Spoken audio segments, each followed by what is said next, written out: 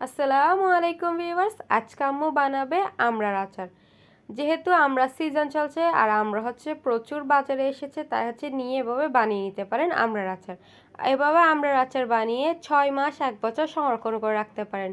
এই আচারগুলো শেষ হতে হতে আবারও আমরা সিজন চলে আসবে, আবারও বানিয়ে নিতে পারেন। তো আমড়ার আচার বানানোর জন্য প্রথমে আমড়াগুলোকে ভালো করে কেটে ধুয়ে পরিষ্কার করে এগুলোকে সামান্য পরিমাণ হলুদ আর লবণ দিয়ে মেখে রেখেছিল। তারপর সেগুলোকে সামান্য পরিমাণ পানিতে ভাপিয়ে নিবে। সিদ্ধ করতে যাবে না, শুধু ভাপিয়ে নিলেই হবে। ভাপিয়ে জল ঝরিয়ে রেখে দিবে। যেহেতু ভাপিয়েছিল, ভাপানোর সময় উপর দিয়ে পানি বাষ্প হয়েছে, তাই একটা চাকনিতে রেখে দিয়েছে যাতে উপরের পানিগুলো কিন্তু ঝরে যায় আর কি। একদম পানি যেন না থাকে, একদম শুকনো করে নেবে, এতে কিন্তু ফ্রেশ থাকবে, অনেকদিন ভালো থাকবে আমড়ার আচারগুলো। তারপর একটি ফ্রাই প্যানে নিয়ে নিবে। আপনারা চাইলে তাওয়াতেও নিয়ে নিতে পারেন। কয়েকটা দারচিনি, তারপর লবঙ্গ, এলাচ, তেজপাতা, মিষ্টি জিরা, সরিষা, তারপর মৌরি, সব কিছু একসাথে নিয়ে ভালো করে নেড়েচেড়ে নিব। গোটা মশলাগুলো তাওয়াতে এভাবে ভালো করে নেড়েচেড়ে তারপর যদি আপনারা ব্লেন্ড করে নেন তাহলে কিন্তু ফ্লেভার অনেক ভালো আসে। দেখেন উপর দিয়ে ফুটতেছে আর দেখতেও কিন্তু খুবই স্যাটিসফাইং লাগতেছিল। তারপর আম্মু ওগুলোকে একটি হামানদিস্তায় নিয়ে নিবে, হামানদিস্তায় দিয়ে এভাবে ক্রাশ করে নিচ্ছে। হামানদিস্তায় ক্রাশ করলে ফ্লেভারটা অনেক ভালো আসে। আপনারা চাইলে কিন্তু ব্লেন্ডও করে নিতে পারেন, তবে আম্মু হামানদিস্তায় করে নিয়েছে। আর এগুলো একদম গুঁড়ি করতে হবে না, এরকম একটু রাফ রাফ থাকলেও চলবে। আর এরকমই ফ্লেভারটা ভালো আসে, তাই আম্মু এভাবে নিয়ে নিচ্ছে। আরেকটা কথা, আম্মু সেই মশলাগুলো তাওয়া একটু সেঁকে নেওয়ার পর সেখানে সামান্য পরিমাণ ধনেও সেঁকে নিয়েছে। আপনারা চাইলে ধনের পরিবর্তে ধনে গুঁড়ি ব্যবহার করতে পারেন।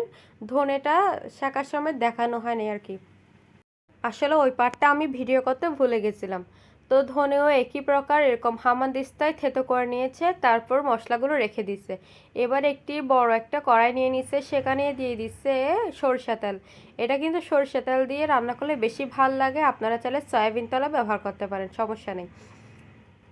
তেলগুলো ভালোভাবে গরম হয়ে আসলে সেখানে দিয়ে দিবে আম্মু কয়েকটা গোটা শুকনো লঙ্কা, শুকনা মরিচ আর কি।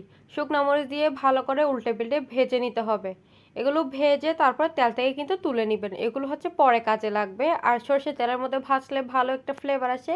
আপনারা চাইলে কিন্তু তাওয়ায়ও সেঁকে নিতে পারেন, এতেও কিন্তু ফ্লেভার ভালো আসবে।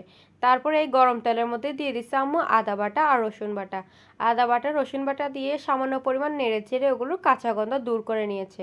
তারপর সেখানে দিয়ে দিচ্ছে আগে থেকে নুন হলুদ দিয়ে ভাপিয়ে রাখা আমড়ার টুকরোগুলো দেওয়ার পর উপর দিয়ে দিচ্ছে ম্যাজিক মশলা। 5 টাকার যে ম্যাগি ম্যাজিক মশলা আছে ওগুলো দিয়েছে। আর তারপর দিয়ে দিল সেখানে পরিমাণ মতো লবণ। আপনারা চাইলে স্বাদ মিশালি নামের একটা ছোট্ট মশলা প্যাকেটও আছে, ওইটাও দিতে পারেন। দুটোটা কিন্তু কাজ সেম, শুধু নাম আলাদা আর কি। তারপর সেখানে দিয়ে দিল ওই মশলা গুঁড়ি দেওয়ার পর সেখানে দিচ্ছে এই শুকনো লঙ্কাগুলো ক্রাশ করে। শুকনো লঙ্কাগুলো আপনারা চাইলে কুচি কুচি করে দিতে পারেন কাঁচি দিয়ে। হাত দিয়ে ক্রাশ করলে কিন্তু হাত জ্বালা করবে, আপনারা ওইটাই বেটার যে কাঁচি দিয়ে কুচি করে দেন আর কি। এক এক করে আমি সবগুলো ভালো করে কুচি করে নিচ্ছে।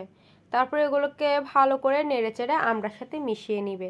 আমড়া আর তেলের সাথে মশলাগুলো, তারপর আমরা সব কিছু একদম ভালো করে ভেজে নিচ্ছিল যাতে সব কিছু মশলা ঢুকে যায় ভিতরে।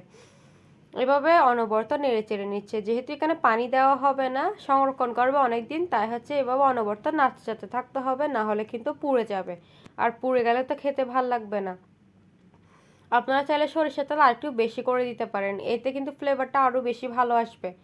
দেখেন পুরো গায়ে লেগে গেছে মশলা সবগুলো, প্রত্যেক আমড়ার গায়ে গায়ে মশলাগুলো লেগে গেছে। আর দেখতে কিন্তু খুবই সুন্দর লাগছে, আর ফ্লেভারটাও কিন্তু খুব ভালো আসছিল। আপনাদেরকে তো ফ্লেভার বুঝাতে পারছিলাম না। পরে দিয়ে যখন একদম পারফেক্টলি রেডি হয়ে গেছে তখন আম্মু দিয়ে দিল উপর থেকে ভিনেগারটা শুধুমাত্র সংরক্ষণ করার জন্য ব্যবহার করা হয়েছে। আপনারা যদি সংরক্ষণ করতে না চান, মানে তৎক্ষণাৎ খেয়ে নেবেন, তাহলে কিন্তু ভিনেগার না দিলেও চলবে। আম্মু ভিনেগার দিয়ে হালকা নেড়ে চেড়ে আরেকটু রান্না করে নিচ্ছিল। আপনারা চাইলে ভিনেগার দিয়ে মতো নামিয়ে নিতে পারেন। এভাবে ভালো করে নেড়ে চেড়ে মশলাগুলো হালকা ভাজা ভাজা হয়ে আসলে আর সব আমড়ার গায়ে মশলাগুলো লেগে লেগে আসলে চুলাটা বন্ধ করে নামিয়ে নেবেন। এই তো দেখেন কত সুন্দর লাগছে, একদম গায়ে মাখো মাখো আমড়ার আচারগুলো। এগুলো কিন্তু কাঁচের বয়মে সংরক্ষণ করতে পারেন। খেতে কিন্তু অনেক মজা হয়েছিল, আমি টেস্ট করে দেখেছি। একদম ঠান্ডা করে তারপরেই কাঁচের বয়মে ঢোকাবেন। আল্লাহ হাফেজ।